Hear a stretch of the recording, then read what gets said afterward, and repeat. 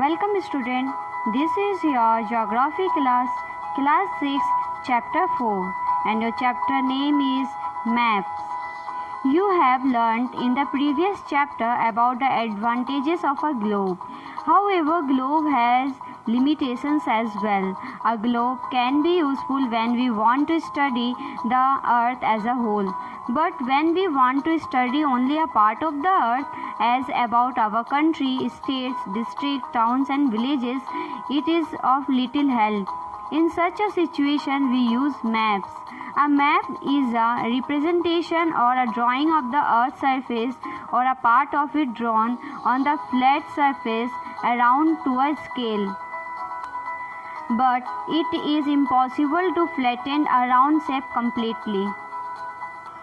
आप पिछले अध्याय में ग्लोब के महत्व के बारे में पढ़ चुके हैं।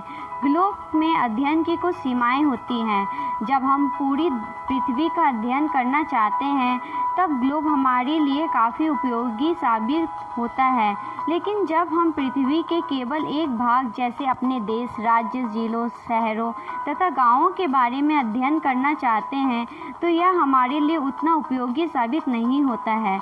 ऐसी स्थिति में हम मानचित्रों का उपयोग करते हैं। मानचित्र पृथ्वी की सतह या इसके एक भाग का पैमाने के माध्यम से चपटी सतह पर खींचा गया चित्र है, लेकिन एक गोलाकार सतह को पूरी तरह से चपटा करना असंभव है। We find that maps are useful to us for various purposes. One map shows a small area and a few facts. Another map may contain as many facts as a big book. When many maps are put together, we get an atlas. Atlases are of various sizes, measurements drawn on the different scales. Maps provide more information than a globe. They are of different types. Some of them are described below. मानचित्र हमारी विभिन्न ज़रूरतों के लिए आवश्यक है। कुछ मानचित्र एक छोटे क्षेत्र को एवं कुछ तथ्यों को दर्शाता है। दूसरे मानचित्र में एक बड़ी किताब की तरह तथ्य हो सकते हैं। जब बहुत से मानचित्रों को एक साथ रख दिया जाता है तब एक एटलास बन जाता है। एटलास विभिन्न प्रकारों तथा अलग अलग पैमानों में खींची गई मापों पर आधारित होता है। मानचित्रों से एक ग्लोब की अपेक्षा हमें ज़्यादा जानकारी प्राप्त होती है। मानचित्र विभिन्न प्रकार के होते हैं, जिनमें से कुछ को नीचे वर्णित किया गया है। Physical map showing natural features of the earth such as mountains, plateaus, plain, river, ocean, etc. are called physical or relief map. भौतिक मानचित्र पृथ्वी के प्राकृतिक आकृतियों जैसे पर्वतों, पठारों, मैदानों, नदियों, महासागरों इत्यादि को दर्शाने वाले मानचित्रों को भौतिक या उच्चवच मानचित्र कहा जाता है। Political maps showing cities, towns, villages and different countries and states of the world with their boundaries are called political maps. राजनीतिक मानचित्र राज्यों, नगरों, शहरों तथा गांवों और विश्व के विभिन्न देशों, राज्यों तथा उनकी सीमाओं को दर्शाने वाले मानचित्र को राजनीतिक मानचित्र कहा जाता है। Thematic map.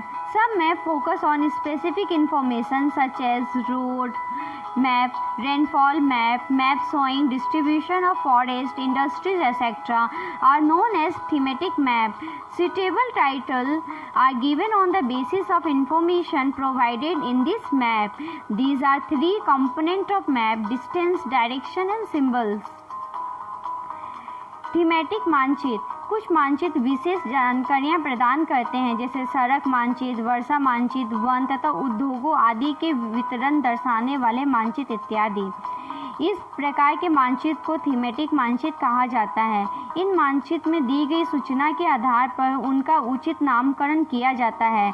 मानचित्र के 3 घटक हैं: दूरी, दिशा और प्रतीक। Distance. Maps are drawings which reduce the entire world or a part of it to fit on a sheet of paper, or we can say maps are drawn to reduce scale, but this reduction is done very carefully so that the distance between the places is real. It can only be possible when a small distance on paper represents a large distance on the ground. Therefore, a scale is chosen for this purpose. A scale is the ratio between the actual distance on the ground and the distance shown on the map. For example, the distance between your school and your home is 10 km. If you show this 10 km distance by 2 cm on a map, it means 1 cm on the map will show 5 km on the ground. The scale of your drawing will be 1 cm equal to 5 km. Thus, scale is very important in any map. If you know the scale, you will be able to calculate the distance between any two places on a map. When large areas like continents or countries are to be shown on a paper, then we use a small scale. For example, 5 cm on the map shows 500 km of the ground. It is called a small scale map. When a small area like your village or a town is to be shown on paper, then we use a large scale, that is 5 cm. On the map shows 5 meter only on the ground. It is called a large scale map. Large scale map gives more information than a small scale map. दूरी मानचित्र एक आरेखन होता है जो कि पूरे विश्व या उसके एक भाग को छोटा कर कागज के एक पन्ने पर दर्शाता है। यह कह सकते हैं कि मानचित्र छोटे पैमाने पर खींचे जाते हैं, लेकिन इसे इतनी सावधानी से छोटा किया जाता है ताकि स्थानों के बीच की दूरी वास्तविक रहे। यह तभी संभव हो सकता है जब कागज पर एक छोटी दूरी स्थल की बड़ी दूरी को व्यक्त करती हो। इसलिए इस उद्देश्य के लिए एक पैमाना चुना जाता है। पैमाना यानी स्केल स्थल पर वास्तविक दूरी तथा मानचित्र पर दिखाई गई दूरी के बीच का अनुपात होता है। अनुपात मीन्स रेशियो। उदाहरण के लिए आपके विद्यालय एवं आपके घर के बीच की दूरी 10 किलोमीटर है, जिसे मानचित्र पर 2 सेंटीमीटर की दूरी से व्यक्त किया गया है। इसका अभिप्राय है कि मानचित्र का 1 सेंटीमीटर स्थल के 5 सेंटीमीटर को दर्शाएगा। आपके रेखा चित्र का पैमाना होगा 1 सेंटीमीटर इक्वल टू 5 सेंटीमीटर। इस प्रकार पैमाना किसी भी मानचित्र के लिए बहुत महत्वपूर्ण होता है। अगर आपको पैमाने की जानकारी है तो आप मानचित्र पर दिए गए किसी भी 2 स्थानों के बीच की दूरी का पता लगा सकते हैं। जब बड़े क्षेत्रफल वाले भागों जैसे महाद्वीपों या देशों को कागज पर दिखाना होता है, तब हम लोग छोटे पैमाने का उपयोग करते हैं। उदाहरण के लिए मानचित्र पर 5 सेंटीमीटर स्थल के 500 किलोमीटर को दर्शाता है। इसको छोटा पैमाना वाला मानचित्र कहते हैं। जब एक छोटे क्षेत्रफल वाले भाग जैसे आपके गांव या शहर को कागज पर दिखाना होता है, तब हम बड़े पैमाने का उपयोग करते हैं। जैसे स्थल पर 500 मीटर की दूरी को मानचित्र पर 5 सेंटीमीटर से दर्शाया जाता है। इस प्रकार के मानचित्र को बड़े पैमाने वाला मानचित्र कहते हैं। बड़े पैमाने वाले मानचित्र छोटे पैमाने वाले मानचित्र की अपेक्षा अधिक जानकारी प्रदान करते हैं। This is the end of this video. We will continue this chapter in next video. If you have any doubt, please let us know. We will try to clear your doubts in another video. अगर आपको कोई संदेह है तो कृपया करके हमें बताइए।